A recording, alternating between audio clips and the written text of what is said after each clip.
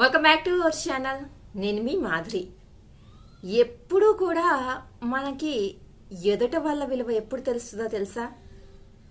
నువ్వు వాళ్ళని నిర్లక్ష్యం చేసినప్పుడు నీకు తెలియదు ఆ విలువ.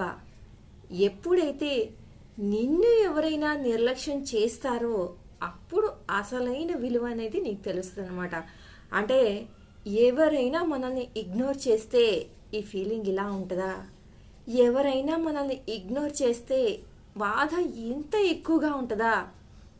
ఎవరైనా కాకుండా మనకి కావాల్సిన వాళ్ళు ముఖ్యంగా ఇగ్నోర్ చేస్తే, మన మెసేజ్ చూసి కూడా రిప్లై ఇవ్వకుండా, లేదు అంటే మనము వాళ్ళ లిస్ట్లో ఉన్నా కానీ ఏదో లేనట్టుగా ముభావంగా మాట్లాడాలి కాబట్టే మాట్లాడుతున్నట్టుగా కానీ, లేదు అంటే అసలు ఎలాంటి రెస్పాన్స్ లేకుండా జస్ట్ ఉన్నామా అన్నట్టుగా ఎప్పుడైతే ఉంటారో, అంతగా నిన్ను నిర్లక్ష్యం పెడతారో అప్పుడు అసలైన బాధ, అసలైన విలువ, నేను ఒకళ్ళకి ఇలా చేశాను కదా, అప్పుడు వాళ్ళు కూడా ఇంతే బాధపడి ఉండొచ్చు కదా, ఇంతే స్ట్రగుల్ చేసి ఉండొచ్చు కదా అనే ఒక అనుభవం అనేది నీకు అప్పుడు వస్తుంది అనమాట. అప్పటిదాకా ఎదుట వాళ్ళ ఫీలింగ్ కానీ, ఎదుట వాళ్ళ బాధ కానీ, అరే ఏముందది ఒక బాధనా, నేను రిప్లై ఇవ్వకపోతే, నేను పట్టించుకోకపోతే, నేను నిర్లక్ష్యం చేస్తే ఓ తెగ అంతలా బాధపడిపోవాలా? ఏముంది, చిన్న విషయానికి ఎందుకు ఇంతలాగా ఇష్యూ చేస్తున్నారు?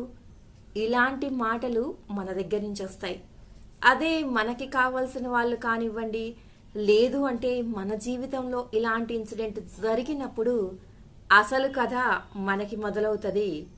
అప్పుడు తెలుస్తుంది అసలైన బాధ. అందుకే అంటారు ఎప్పుడూ కూడా, పక్క వాళ్ళకి జరిగినప్పుడు అది పక్క వాళ్ళది కదా, నాది కాదు కదా అని నాలుక ఎటు తిప్పితే అటు మాట్లాడకూడదు. ఎందుకు అంటే కర్మ రిపీట్స్ అన్నమాట.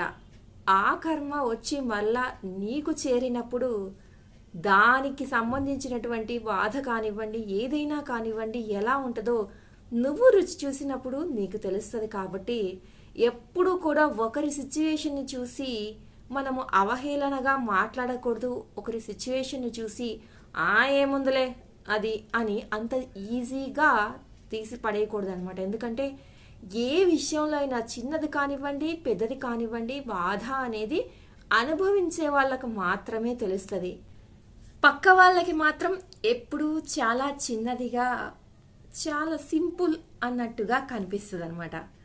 కాబట్టి నేను చెప్పేది ఏంటి అంటే, ఇక వాళ్ళు అన్నోన్ పర్సన్స్ అయ్యి ఈ సోషల్ మీడియాలో కూడా కావాలని మెసేజెస్ పెట్టి మనల్ని ఇరిటేట్ చేస్తారు. అలాంటి వాళ్ళందరినీ కూడా నిర్లక్ష్యం చేయకుండా మీరు రిప్లైస్ ఇస్తూ కూర్చోండి అని మాత్రం నేను చెప్పను, ఎంకరేజ్ చేయను. కానీ మీకు తెలిసిన వాళ్ళు మిమ్మల్ని వాళ్ళ లైఫ్లో ఒక బెస్టీ లాగానో, ఒక ఫ్రెండ్ లాగానో, ఇంకేదో లాగా మీకంటూ ఒక వాల్యూ ఇచ్చే వాళ్ళు ఉంటే మాత్రం అలాంటి వాళ్ళని మాత్రము అనవసరంగా స్ట్రగుల్ చేయొద్దు, మీరు నిర్లక్ష్యం చేయొద్దు. ఒకవేళ ఏదైనా చిన్న మిస్అండర్స్టాండింగ్ ఉంటే చక్కగా మాట్లాడుకుంటే అయిపోతుంది. ఇది విషయం, దీనివల్ల నాకు కోపం వచ్చింది కాబట్టి నేను నీకు ఇగ్నోర్ చేస్తున్నాను, కొంచెం టైం ఇయ్యి సర్దుకుపోతాం అని చెప్పేసి అలాగా చెప్పుకొని ముందుకు వెళ్ళాలి. కానీ ఇలాగా బాధ పెట్టద్దు. ఎందుకంటే ఆ సిచ్యువేషను ఇవాళ వాళ్ళకు వచ్చింది, రేపు నీకు రావచ్చు అనమాట.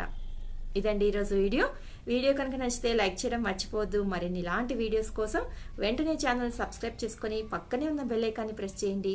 అప్పుడే నేను పెట్టే డైలీ నోటిఫికేషన్స్ మీ దాకా వచ్చేస్తాయి.